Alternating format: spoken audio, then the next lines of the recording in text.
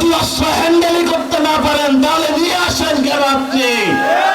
পাওয়ার ব্যালেন্সের চেক করার জন্য পিআর পদ্ধতিতে উচ্চ কক্ষের নির্বাচন চেয়েছি, কিন্তু যারা ফ্যাসিস্ট ক্ষমতার কাঠামোতে থাকতে চায় তারা এই বিষয়ে জনগণকে ধোঁকা দেওয়ার চেষ্টা করছে।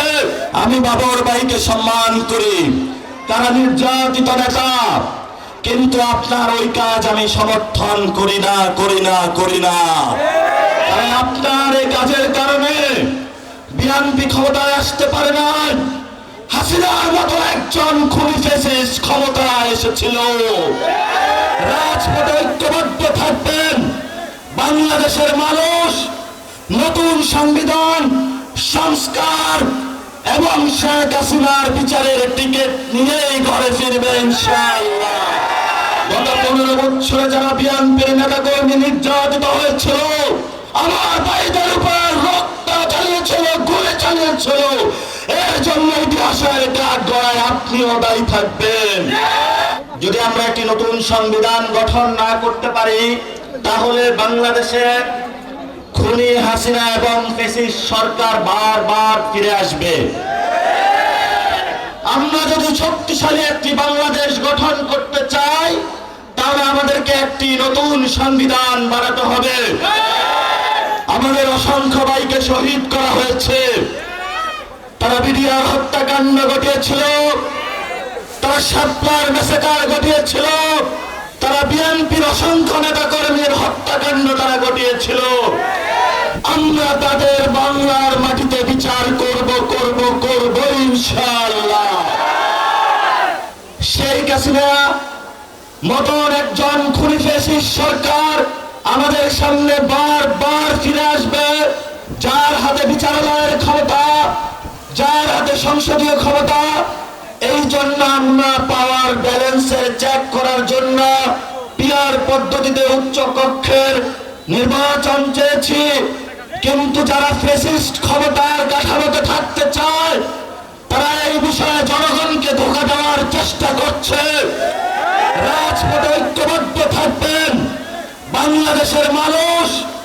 নতুন সংবিধান সংস্কার এবং শেখ হাসিনার বিচারের টিকিট নিয়েই ঘরে ফিরবে ইনশাআল্লাহ। বাংলাদেশে অসংখ্য হত্যাকাণ্ড ঘটেছে, অসংখ্য ঘটনা ঘটেছে। এর মধ্যে বড় একটি ঘটনা হলো 10টা অস্ত্রের চালান।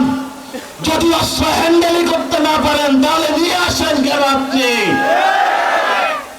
আমাদের দক্ষিণ এশিয়াতে এই অস্ত্র কাহিনীর কারণে বাংলাদেশ সার্বভৌমত্বের হুমকির মধ্যে পড়েছে। অসংখ্য মানুষের জীবন বিপন্ন হয়েছে। ভবিষ্যৎ বাংলাদেশে যারা সরকারি প্রশাসনে রয়েছেন, রাজনৈতিক চেয়ারে আসবেন, তাদেরকে বলতে চাই ভবিষ্যৎ বাংলাদেশের সার্বভৌমত্বের উপর আঘাত আসে এমন কোন অযাচিত সিদ্ধান্ত আপনারা আর নিবেন না। আমি বাবর ভাইকে সম্মান করি, তারা নির্যাতিত নেতা, কিন্তু আপনার ওই কাজ আমি সমর্থন করি না। আপনার এই কাজের কারণে বিএনপি ক্ষমতায় আসতে পারে না। হাসিনার মতো একজন খুনি ফ্যাসিস্ট ক্ষমতায় এসেছিল।